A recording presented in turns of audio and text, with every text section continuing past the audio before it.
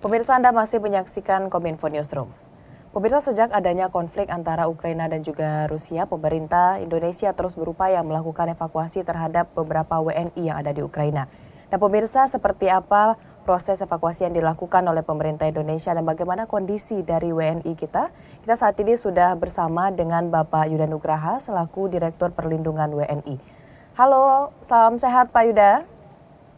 Salam sehat Mbak Mona. Baik, Pak Yuda, ini terkait dengan update bagaimana perkembangan dari WNI kita yang saat ini masih ada di Ukraina dan juga bagaimana selama ini proses evakuasi yang telah kita lakukan. Untuk yang pertama Pak Yuda, bagaimana sejauh ini proses lobi diplomatis yang dilakukan pemerintah Indonesia dengan Ukraina dan juga Rusia terkait dengan penyelamatan yang kita lakukan di tengah konflik yang terjadi antara Rusia dan juga Ukraina ini, Pak? Ya. Terima kasih Mbak Mona. Dalam kesempatan ini kami ingin melakukan update. Jadi per hari ini total ada 124 warga negara Indonesia yang telah berhasil kita evakuasi ke Indonesia. Kemudian ada 32 warga negara Indonesia, termasuk dalam hal ini adalah staf dari KBRI yang memilih untuk tetap berada di mayoritas. Ini adalah warga negara kita menikah dengan warga negara Ukraina, dan karena pertimbangan keluarga dan pertimbangan pribadi, mereka menyatakan tinggal di Ukraina. Nah, kemudian kita masih memiliki 9 warga negara Indonesia yang berada di Chernihiv yang sedang kita upayakan evakuasinya keluar. Upaya-upaya diplomasi yang kita lakukan, pertama tentu ketika kita merancang rute evakuasi, tentu prioritas utama adalah keselamatan. Oleh karena itu, kita memerlukan jaminan keamanan dari kedua belah, baik itu Ukraina maupun itu Rusia, untuk bisa memberikan safe passage atau jalur aman, atau yang disebut sebagai humanitarian corridor. Sehingga pergerakan evakuasi warga negara kita bisa dilakukan dengan aman menuju ke lokasi yang aman dan kemudian kita bawa di luar Ukraina. Nah, upaya-upaya diplomasi ini dilakukan oleh berbagai macam pihak, ya, bukan hanya dari Kementerian Luar Negeri saja. Dalam hal ini juga itu melakukan komunikasi dengan terkait. KBRI kita ada di Kiev, KBRI kita yang ada di Warsawa, ada di Moskow, yang ada di Bukares, di Slovakia, dan di Bratislava, dan juga di Budapest, sudah kita koordinasikan untuk bisa mengkoordinasikan keamanan bersama. Termasuk juga PTRI New York yang dalam konteks ini bahasa Indonesia dan juga mendorong pembentukan adanya atau jadwal.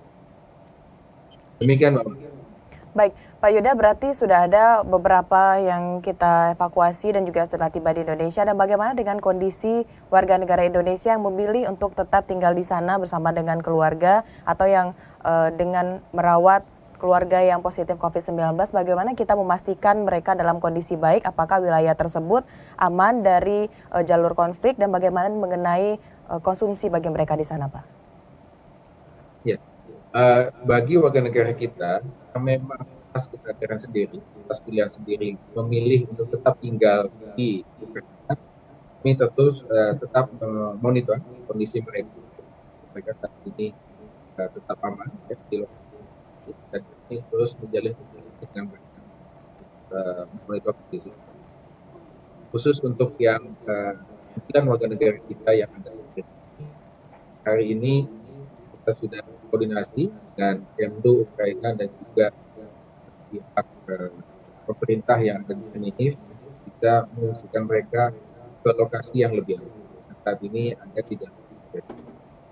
Baik, Pak Yuda, pada tanggal 3 Maret lalu telah dilakukan juga proses evakuasi bagi warga negara Indonesia ini. Sejauh ini hal-hal apa saja menjadi catatan atau hambatan yang dirasakan oleh tim penyelamat terhadap warga negara Indonesia kita di Ukraina ini, Pak? Ya, yang pertama dapat kami sampaikan bahwa sesuai dengan SOP, ada di Kementerian Luar Negeri dan sesuai dengan 5 mengenai pelindungan warga negara Indonesia, seluruh perwakilan RI wajib memiliki rencana kontingensi pelindungan WNI. Itu dalam hal ini tentunya KBRI. Jika sudah jadi eskalasi, kami bersama KBRI dan juga perwakilan-perwakilan RI yang ada di sekitar Ukraina telah menyusun rencana kontingensi akan jauh sebelum terjadinya serangan Rusia pada tanggal 24 Februari. Tantangan yang dihadapi adalah ketika terjadi serangan yang dilakukan Rusia di berbagai macam titik, sesuai dengan rencana kontingensi kita para WNI dapat segera berkumpul di titik masuk yang ada di KBRI. Nah, beberapa kendala yang dihadapi adalah WNI kita ada yang kesulitan untuk menjangkau KBRI. Dalam konteks ini KBRI sudah memberikan bantuan.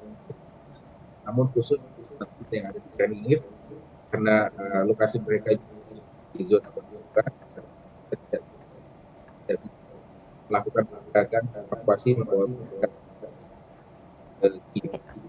Nah, kemudian tantangan yang kedua adalah persebaran WNI kita yang cukup di konsentrasi WNI kita bukan hanya ada di Kiev, dan di Lviv dan beberapa itu rute evakuasi dari masing-masing titik ini tentu memerlukan koordinasi yang intensif dengan berbagai macam pihak. Jadi sebagaimana sejak tanggal 24 berbagai rute evakuasi telah kita lakukan. Dari KBRI Kiev, evakuasi menuju ke Moldova, kemudian masuk ke Rumania, dan kemudian dari Bukares. Kemudian ada 25 WNI kita dari Odessa, evakuasi menuju menyusuri laut hitam, dan masuk ke perbatasan Rumania, kemudian dibawa ke Bukares. Kemudian ada warga negara yang di Lviv, kemudian kita koordinasikan jalur evakuasinya menuju ke Warsawa, dan kemudian dari Warsawa memulangkan mereka menggunakan pesawat. Nah, untuk yang ada di Bukares, bagaimana kita ketahui bersama, kita mengirimkan pesawat khusus Garuda untuk membawa mereka pulang ke Indonesia. Total ada 80 WNI kita kumpulkan di Bukares dan dipulangkan dengan pesawat Garuda yang telah kita alhamdulillah pada tanggal 3 Maret. Baik, Pak Yuda, dalam upaya penjemputan WNI ini apakah ada seperti pemerintahan Ukraina memberikan jaminan keselamatan pada saat kita melakukan evakuasi terhadap warga negara Indonesia, Pak? Ya, jadi bagaimana tadi kami sampaikan, kita memerlukan safe passage atau jalur aman atau humanitarian corridor. Tentu jalur aman ini tidak mungkin dijamin oleh hanya kita memerlukan jaminan dari dua pihak yang yaitu pihak Ukraina dan juga kita memantau, kita memonitor dalam beberapa kali perundingan antara Ukraina dan Rusia. Telah ada beberapa kesepakatan humanitarian corridor. Namun teknis detail bagaimana humanitarian corridor dilakukan, kapan, di mana, dan juga menuju kemana, itu yang belum disepakati di lapangan. Sehingga kami melihat bahwa beberapa kesepakatan humanitarian corridor tersebut belum efektif diimplementasikan di lapangan. Ya, sehingga dalam kondisi seperti itu, pilihan yang paling rasional saat ini adalah tetap meminta para WNI kita, utamanya yang ada di Chernihiv ini, untuk tetap tinggal di lokasi aman masing-masing. Baik, Pak Yuda, ini kita kalau melihat beberapa berita ada yang mengatakan bahwa adanya warga negara Indonesia yang menjadi sandera pada saat konflik itu terjadi. Bisa mungkin dikonfirmasi bagaimana hal ini, Pak Yuda, dan sejauh ini apakah sudah ada laporan terkait warga negara Indonesia menjadi korban dalam konflik ini, Pak? Tidak ada, jadi berita bahwa warga negara kita disandera, ya, itu tidak benar. Ya. Kami telah mengkonfirmasi dan meminta konfirmasi kepada seluruh WNI kita, tidak ada yang mengalami penyanderaan tersebut. Ya. Konteksnya adalah ketika warga negara kita tidak bisa keluar, itu bukan karena disandra, ya, namun karena situasi peperangan yang masih terjadi sehingga tidak aman bagi mereka untuk melakukan pergerakan evakuasi. Ya, jadi kami dapat mengkonfirmasi bahwa tidak ada WNI kita yang disandra, dan alhamdulillah hingga saat ini tidak ada warga negara kita yang menjadi korban pertempuran. Baik, sejauh ini hingga saat ini maksudnya apalagi hal yang akan kita lakukan terkait dengan penyelamatan WNI yang masih berada di Ukraina ini dan bagaimana dengan kondisi mereka? Kita akan melakukan hal apa lagi Pak Yuda untuk menjamin keselamatan mereka di sana baik dari segi konsumsi dan juga keselamatan lainnya? Ya. Jadi kita telah berkoordinasi secara intensif dengan berbagai macam pihak, ya, bukan hanya di Ukraina namun juga di Rusia, untuk memastikan bahwa 9 WNI kita yang ada di Chernihiv itu tidak menjadi sasaran. Ya, tidak menjadi sasaran.